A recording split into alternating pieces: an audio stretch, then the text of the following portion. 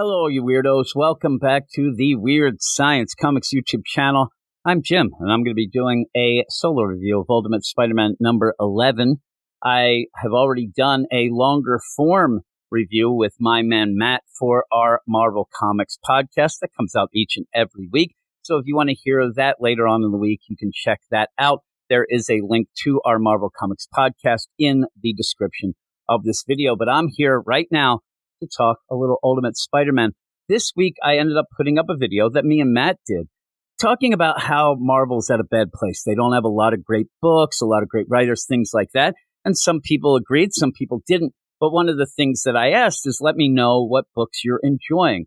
And lo and behold, I figured that most people would say Ultimate Spider-Man. So I want to give a little trigger warning here. There's a weird thing that I was thinking before I ended up recording. I like this issue more than what we've been getting recently. I think that this is an upswing. I think that this is better than what we've had the last bunch of issues.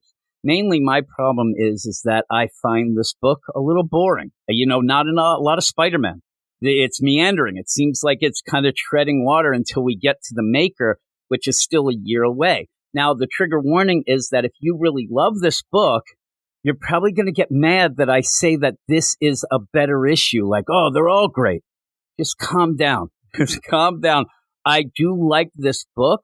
It's maybe that I expect a little more from it. Maybe it's just that I was enjoying it so much at the very beginning, and it just kind of, like I said, meanders a bit. We don't get a lot of Spider-Man, and the whole family aspect sometimes gets pushed aside, and that's what everybody was here for. We do get that in spades, this issue, and we actually get some Spider-Man. I think that this is a better mix of an issue, though people might get mad at the end as well, because I'm going to point out that this issue seems to kind of point in the direction of a video I did way back when, where I said that Peter was being a little willy-nilly at a point with his identity and Mary Jane and stuff like that, that I was afraid that people might die, and people would riot if any of the family would die here in this universe that we're actually getting what we want, and that is Peter with MJ and kids. But we'll see. The end is a little foreshadowing and very foreboding. But this is Ultimate Spider-Man number 11, written by Jonathan Hickman. Guest art by David Messina. I think he does a great job. Colors by Matthew Wilson. Letters by VC's Corey Petit. I will tell you that with these books, I hate when the credits are in the back. It wouldn't matter at all for anybody, but when you're doing this and I have to kind of page through, paging through is hard. You know what I mean? I'm a lazy guy. But here we go. And we start out, and lo and behold, we start out with Spider-Man. Now, I was worried because he's on the phone. He's up high above the New York skyline. He's calling, trying to get a hold of Harry, the Green Goblin. He's trying to get a hold of his buddy, and he can't. Harry won't pick up the phone. He's going to voicemail. So he does end up calling Otto. Otto is there in the lab. Now, this scene kind of puts Peter in a jerky light. You end up where we know Otto, hey, Doc Ock, you're probably going to turn out bad, whatever. But in the here and now, I think we're seeing the creation of the villain. Otto wants a friend. Otto is stuck in the lab by himself, and Peter won't even call him on the phone without hitting *67 to hide his identity. Now, I'll give Otto a lot of credit. I'd never answer a private call like that, unknown. And he answers, hey, Otto here, who's this? And it's Peter. And all he wants to know is, hey, where's Harry? And Otto wants to talk, and Otto wants to tell him what he's doing. And, hey, I'm a little busy now. Peter doesn't care. He's on a stakeout that Harry was supposed to join him, and Harry hasn't shown up. Otto's trying to track him. He thinks it's kind of odd that he can't. I would say that most people would guess that he's off torturing people. Maybe the Shocker, maybe whatever he is doing. That's the nefarious part of Harry, or it's a dupe, a red herring. But we've seen that Harry, and we haven't seen it in a while, but Harry does some sus things. So we'll have to find out that later, because he doesn't get a hold of Harry at this point. And lo and behold, the stakeout at a bank, there's a bank robbery. You go down, it's Mr. Negative and his guys, and it's fun. This book is a lot of things. It hasn't been as fun lately, and this is pretty fun, and it gives you some Spider-Man action. Now, to go with the theme of this issue, I think, is the idea that Peter just does not really understand how deep and dangerous he is in this game. Fisk is after him. They have the Sinister Six, which you have Mr. Negative being one of them. And he's being quippy like a regular Spider-Man can, right? But it is funny, too, because in this universe, Peter has been a real mopey guy. This almost gives me also the idea that he's just starting to really enjoy being Spider-Man. Very quippy, but this one lady, we'll call her, it looks like old MJ, but we'll call her redheaded Karen. She starts yelling, "You just shut up," because they're Spidey. Hey, everybody, and Mr. Negative's guys, they have guns drawn. They want the money, all that. They want to get in the vault. And this lady's, "You're going to get us killed." And he's like, "Okay, lady, whatever." And he's very willy-nilly with this. And again, I don't think he has the experience yet to realize that this isn't a game, that this isn't just fun and games and people can die. Now, nobody does die in this situation, but he ends up fighting Mr. Negative's guys. And Mr. Negative kind of steps in, not really evil. And even when you get to the next part with Mr. Negative sitting around with the Sinister Six and Fisk, he's kind of like cavalier about everything. He actually seems very impressed with Spider-Man later, but he's like, "Oh, man, I'm kind of mad at you a little. You ended up, taking down Black Cat." And even then, Peter's like, "Oh, my God, we're really sorry about that. That wasn't me," throwing Harry under the bus. But the idea of Mr. Negative, he's like, "Well, I'm going to take my stuff and go." Peter thinks he's going to stop him, but instead of, him being able to do that, Mr. Negative uses his powers and controls all the regular Joes and Janes in the bank, who then attack Peter. And it's a good scene. I actually wish you would have seen a teeny bit more of it, because really Hickman seems to be showing that idea. Peter can't fight back. These are regular just people. These aren't evil people. They're being controlled. So he pretty much has to get through the crowd, quite like the Beatles did back in the day. That's what it reminds me of, right? Maybe Justin Bieber. But he has to get through. He does, and goes home. His mask is all ripped. Everything's ripped in it. The people are ripping. I do have to say, red-haired Karen looks like she's the one who gets right to him and rips the mask. Peter goes home. He's a bit beat up. He doesn't really go into details. Mary Jane's there and says, "Oh, having a bad day at work." And they start talking about the idea. Is this the thing you should be doing? And they come to the conclusion that this is the thing he has to do. This is him being a superhero. It is his destiny, all of that. But Mary Jane's worried, says, "You're out there fighting and things like that. Have you ever gotten in a fight?" Good callback. He says, "Hey, I got in a fight with Flash Thompson once." "Oh, how'd that go?" "Oh, he beat the crap out of me." But then she says, "Should I be scared? Should I be scared?" And this goes back to that video I had. And where I said that was, I forget the issue 3 or 4. It was down at that point where at the end of the issue, Peter, after, really putting their target on them, him and Harry from Fisk, who said that he had cameras all over the city and things like that, he goes out and swings around the city with Mary Jane, who has no sort of disguise on at all.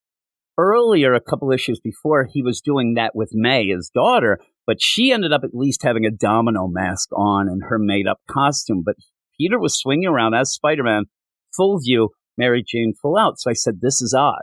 Hickman's usually very particular with things, and that seemed like it was a mistake of Peter to do that.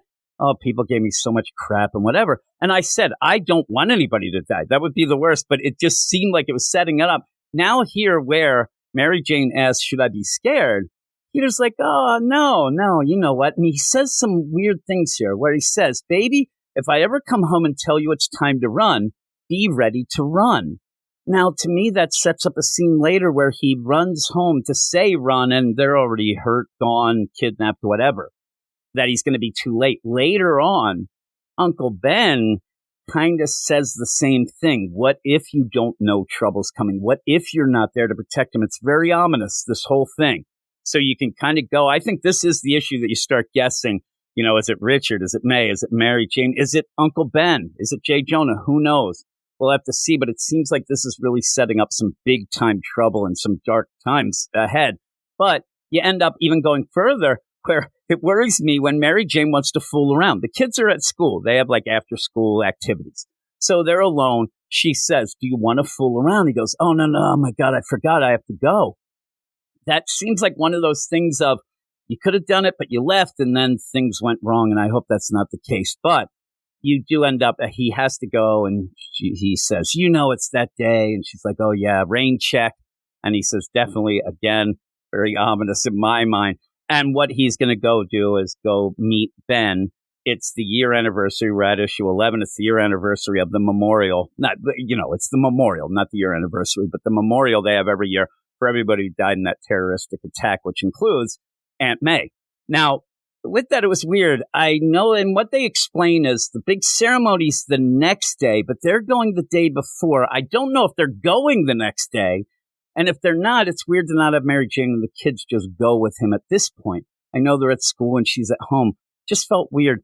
But it was kind of set up so that you can have the memorial and have Peter and Ben by themselves to have a talk that we'll get to at the end. Before that, we go off to Fisk and the Sinister Six, and they're, talking. Mr. Negative, I said, he's like, that Spider-Man's pretty good. I know willpower, and that guy has it. He is really good. I like the cut of that guy's jib. As Craven's like, I'm going to kill him and slice him apart. Yeah, Mo-Man is just there looking like Mo-Man, freaking me out. And you do have Fisk pissed off at everything that anybody's saying. Now, at one point, you end up having Craven's like, we're kind of not the Sinister Six, we're the Sinister Five. That doesn't have a flow that I like. And that's when you have Black Cat, male Black Cat, as we have in this, wheelchair himself in. Now, he got thrown off that building. When we talked about it on our podcast, Matt thought he was dead. I just thought he was hurt, but I seriously thought he'd be in the hospital/jail. I don't know jail. I guess he kind of got thrown off a building. I don't know what crime they would say at that point. But I thought, he'd be in a hospital or whatever. No, he's out. He's crippled now. He's in a chair. And yeah, he says, I'm still Black Cat, but instead of me being out and about, a Hardy will continue. Hardy har har. And it's Black Cat. It is Felicia. I almost said Catwoman because it looks way more like Catwoman. Also really looks like Elektra. In a Catwoman costume, but there you have Felicia there. She looks very pensive about being in this crowd. I don't know that, Black Cat told her, like, these guys get handsy. I don't know. Mo-Man, he's creepy. So she's like, oh, God, what have I got myself into there? She's like rubbing her head like, oh, geez. Now, one thing I will say, and being this as the appearance of Black Cat Felicia Hardy, that's cool, but if you went into the issue looking at the cover thinking that her and Spider-Man are going to have any interaction, let alone a fight, you will be highly mistaken. You'll be very sad about that. But Fisk is pissed off, and what happens is Black Cat says, I have what's mine is mine, and I'm going to continue on. My daughter's going to take my place because a Hardy gets the Hardy stuff. And Fisk says, none of this stuff is yours. It's mine. Shut your mouth. But they kind of leave it at that. But it is the introduction now of Felicia as Black Cat while her dad there is in the chair. But that's pretty cool. Not the dad in the chair, having Felicia. I had expected more. And then we kind of go to the end of the issue where you have Peter going to meet Uncle Ben. As I said, Uncle Ben says to him and reveals that he has figured out that Peter is Spider-Man. He went from the extrapolating the idea, okay, Harry is Green Goblin. They'd already figured that out. Boom, boom, boom. And there it is. He says, I know you're Spider-Man. He doesn't want him to say it out loud. He actually is like, nobody else knows. Please tell me nobody else knows. And Peter's like, well, 7 people know, including my family, Harry, his wife, all these things going. And Ben desperately, please don't tell anybody else. Don't let this out. This is dangerous. There are bad people involved. You're going to get everybody around you killed. He's worried about Peter a bit.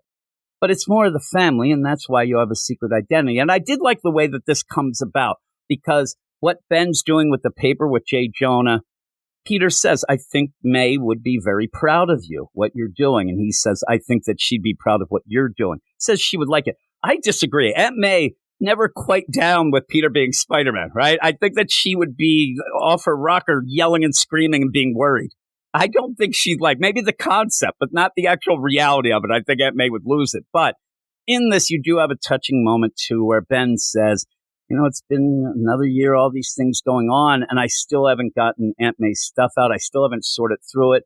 I'm trying to get by. I'm trying to keep going on. I'm very glad for what I had, but I miss her so much. And it's very touching, really. And at the end, what he uses all this for, and this is the thing, too, that kind of upsets me.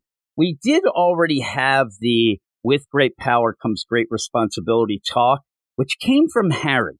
And it came from Harry as Peter knew him 3 days. It really wasn't much of a relationship for him to get that biggest thing there going on, as I get messages for some reason. But you end up, nobody messages me. I'm like Otto. I'm a sad sack just sitting in my lab here. I call this a lab, I do. My desk and my computer, my podcast stuff. I'm in the lab. But you end up where Ben at the end says, hey, Peter, I'm old. I'm old. Well, old enough. I've lived a good life, and I've lived long enough to see the woman I love buried and gone. I do miss her, but it was a good life, and I'm fine with whatever happens next. Can you say that? Will you be happy with whatever? Is your life full enough that whatever happens, are you fine with it? And Peter says no. And then Ben, as he's looking at the memorial, says maybe keep that in mind. Now, to me, that could go a lot of different ways of, have you done enough yet? Should you do more? Should you back off and do things more with it? Whatever it would be, but it really does get to Peter. He walks away looking pissed for some reason, but Peter's very emotional. The art is always emotional with Peter. He's always stunned. He's always angry. But yeah, he walks away, and it's kind of that deal where Ben, I mean, it's not like they're hugging when they leave either, because what he's doing is Peter's leaving because finally Harry gets a hold of him. Says, hey, I'm pulling up a car. Come on, let's go. And he says to Ben, hey, Harry's here. I got to go. And then Ben says that. It's not like they hug goodbye or say, I love you at the end. It seems kind of dark a bit. And Ben is worried. Ben's worried about Peter. Ben wants Peter to have a good life and to get through this. And he's worried about everybody, including the family and whatnot, and Peter himself. So with that, I said, I think that this was an improvement because you did have some Spider-Man. I like the mix. And that's something that you get sometimes that feels really forced. Now, some people may say that goofy fight's forced, but it's part of the Sinister Six stuff. So it works out. But there are certain books. I heard at one point that Superman is one of those books over at DC where you have to have him in costume, saving somebody every issue. You have to have him in costume, at least doing something each issue. You can't just have Clark Kent the whole deal. And I think that I like that. I like seeing some Spider-Man stuff, even if you had just fun cold opens, because when we do get something like the fight with Mr. Negative in the bank, you tend to not think or realize that he's been doing this for a year. We haven't seen him enough in the suit. It feels like he's only gone out like 5 times with the suits. Then you do get worried. I wanted to see more of a progression in this book of, Peter not knowing what to do. He's an older Spider-Man. He didn't have as much training, all that stuff of how this universe is set up. I did want to see a progression of that, which we didn't get. We kind of just had Peter in the suit, did a couple things, boom. I would have liked to have seen that. Well, that's not here now. That's come and gone. But at this point, I do want to see more Spider-Man, and I do want to see some more fun stuff. Like I said, there was kind of like a dark background to that fight with that lady saying, you're going to get us all killed, and Peter seemingly not caring about other people, thinking it's all a game in my mind. But I still want to have some fun in this book. If people loving this book, I can't say that one of the things that you would say to people is that it's like over the top fun. It's good. The character interactions are great. The family, it's great to have them. There's points when there's a little fun, you get a smile, whatever. But it is a little darker deal. That's the universe they're in. But I want to have a little bit of fun. That's what I think of with Spider-Man. I think we get this here. So with all of that, my score, and it's going to go up a bit. Talking about it here, I'm going to go up a little from what I said on our podcast, because I'm actually going to go up to an 8 out of 10. I'm not going to tell you what I did on the podcast, but it was a little lower. But I'm going to go 8 out of 10. I think that this is the step in the right direction, combining some things, but it still has that foreshadowing, ominous deal where Peter better watch out. Fisk means business. He has a lot of means that he can end up using to find out about Harry and Peter, and you damn well know that he's doing it. He's not just sitting on his hands. He has people working on this, and if Peter ends up messing up again, it could be the end of all this. So I hope that that's not the case, but again, I think it's getting better, and that will trigger people saying, how can something so great get better? Please don't yell at me for being positive, please. So all of this said and done, please, I'm going to put in the here on the top here on the screen, I'm going to put links to some other videos, including the one that we did about Marvel Comics being at a down spot. Check that out. Let me know what you think. And also, just as a reminder at the end, we do have a Patreon that you can go to, support us for everything we do. We do much more than just the videos here on the YouTube channel. We have a ton of podcasts, a lot of reading clubs with Hellboy and Crisis stuff and Walking Dead and all this Year One, Elseworlds. We have so many shows. And if you go, you can check it out for a week for free just to see what we end up having there, see if it's for you and see if you want to remain on. So please check out the, I always want to say show notes, but the video description, and it has a link to our Patreon as well as all the other weird science stuff. So thanks a lot, everybody. And I'm going to get out of here and I'll talk to you all later. You are all weirdos. Weird science is the revolution. Weird science is the revolution.